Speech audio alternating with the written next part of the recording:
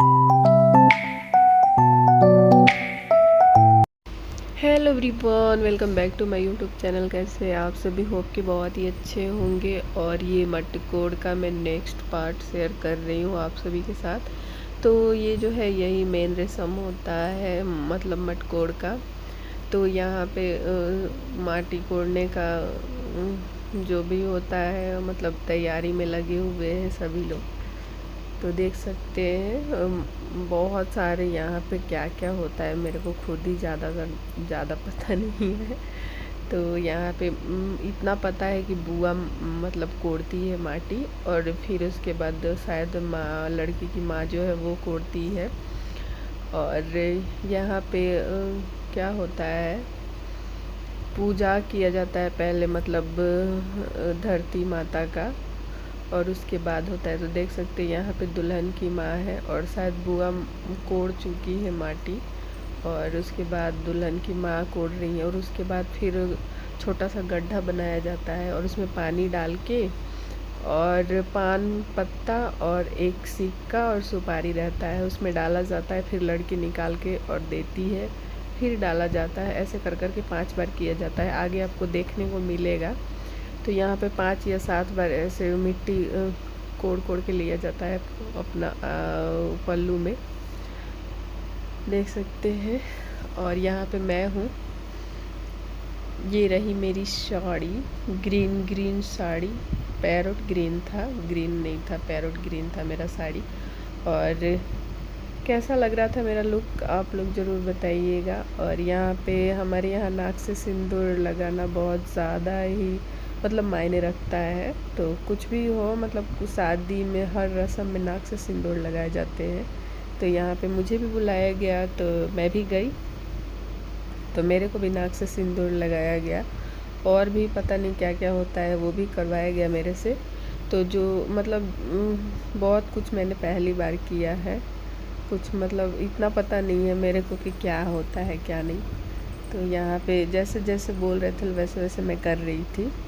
तो यहाँ पे आंचल में कुछ ये था, क्या बोलते हैं, जौ। जौ को ले 5 बार कोई देता है, और फिर आप टोकरी में रखो उसको। तो यहाँ पे मेरे को भी बुलाया गया, तो मैं भी गई थी और वही कर रही थी यहाँ पे। और फिर उसके बाद लगाया जाएगा मेरे को सिंदूर। और यहाँ पे देख सकते हैं हाथ पे लगाया जाता है अर्पण, और उसके बाद पीला सिंदूर लगाया जाता है 5 जगह। और ये रही दुल्हन की भाभी फेस नहीं दिख रहा है, गांव में मतलब ऐसे ही रहते हैं लोग, नई नई बहू। तो यहाँ पे देख सकते हैं मैं भी कर रही थी, मतलब वो लोग दे रहे थे और मैं टोकरी में रख रही थी।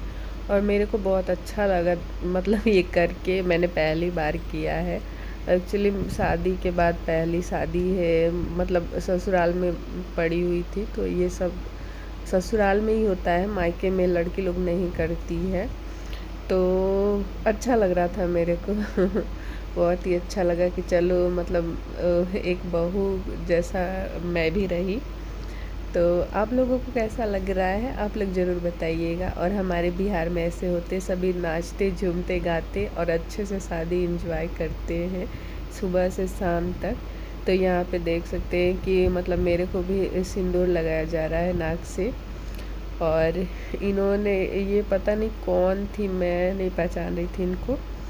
तो मैं वही बोल रही थी कि मैं नहीं पहचान रही हूँ आपको। तो ये बोल रही थी कि गांव में रहबू तब नु जनबू, ऐसे बोली थी हमको तो मतलब सामने वाला सिंदूर लगाए तो आप भी उसको लगाना चाहिए। तो मैं वही उनको भी लगा रही थी। तो वो बोल रही थी कि मेरे को नाक से मत लगाओ, बहुत गर्मी लग रहा है, बस माथे में लगा दो थोड़ा सा।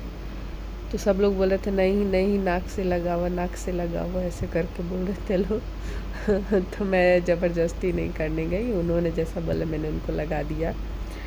और यहाँ पे मैं देख रही थी कि और क्या क्या हो रहा है। सच पूछे तो मैंने माटी कोड़ का इतना कुछ मतलब ध्यान से नहीं देखा है कि क्या क्या होता है। तो वही मैं यहाँ पे खड़ा होकर देख रही थी। मतलब शादी से पहले तो लड़की लोग को इतना कुछ मतलब रहता नहीं है कि मिट्टी कोड़ में क्या हो रहा है। वो तो अपना अलग ही रहती है लोग कि क्या पहनना है, कैसे रहना है, वो सब। तो यहाँ पे मैं देख रही थी अच्छे से, और सबको सिंदूर लगाया जाता है। और मेरा वीडियो शूट कर रही थी दीदी आरती दी शूट कर रही थी। मैंने बोला कि दीदी आप थोड़ा सा शूट कर दीजिए, तो दीदी शूट कर रही थी।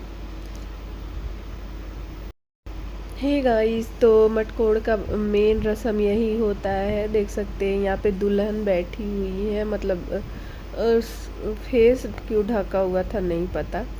और मतलब छोटा सा गड्ढा होता है, इसमें पानी होता है और पान पत्ता सुपारी और सा सिक्का, तो ये इसमें डालती है दुल्हन और फिर निकाल दुल्हन नहीं, दुल्हन की माँ डालती हैं और दुल्हन निकाल के देती है और फिर डालते हैं, ऐसे करते हैं।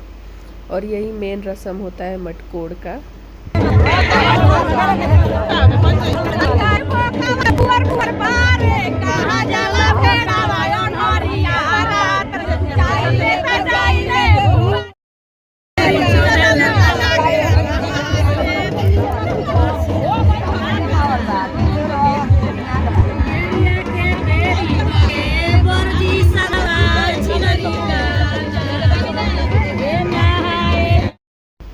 हे गाइस, तो यहाँ पे हो चुका है माटी कोड़ और हम लोग घर जा रहे हैं वापस।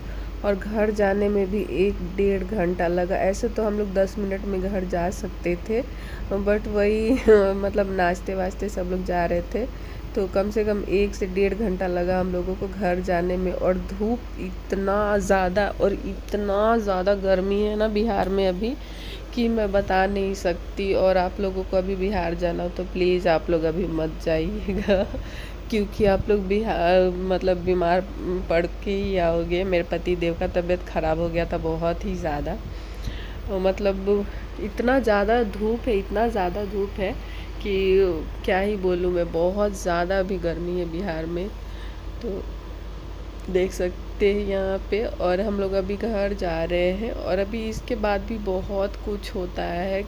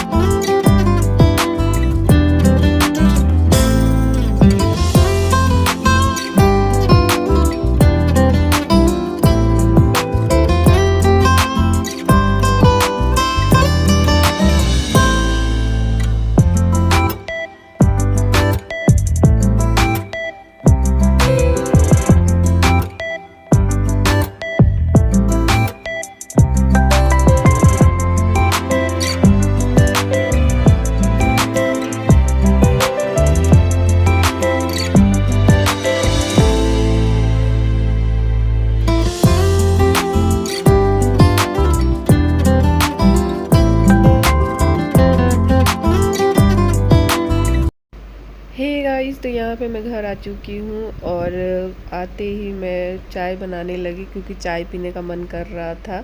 और मैंने पूछा दीदी से भी, तो दीदी बोली कि ठीक है चाय बनाओ, थोड़ा पिया जाए बैठ के। तो खाना तो बनाना नहीं था क्योंकि खाना जिनके घर शादी है उन्हीं के घर से आना था। मतलब उन्होंने बोला था कि खाना नहीं बनाइएगा, खाना बन रहा है।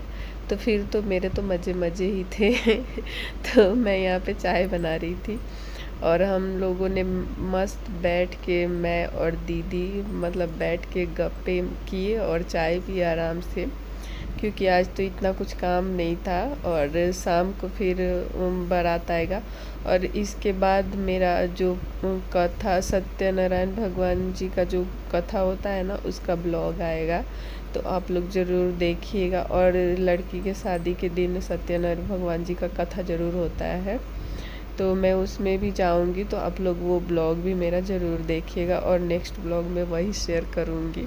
और यहाँ पे मैं लेके जा रही थी चाय दीदी के लिए और जीजा जी के लिए, और मैं खुद के लिए भी मैं यहीं पे बैठ के पीऊँगी। सो कैसी लगी आज की मेरी ये वीडियो? पसंद आई तो like share subscribe and comment ज़रूर कीजिएगा। और प्लीज़ आप लोग मेरे चैनल को सब्सक्राइब कर दिया कीजिए। Thanks for watching, bye bye.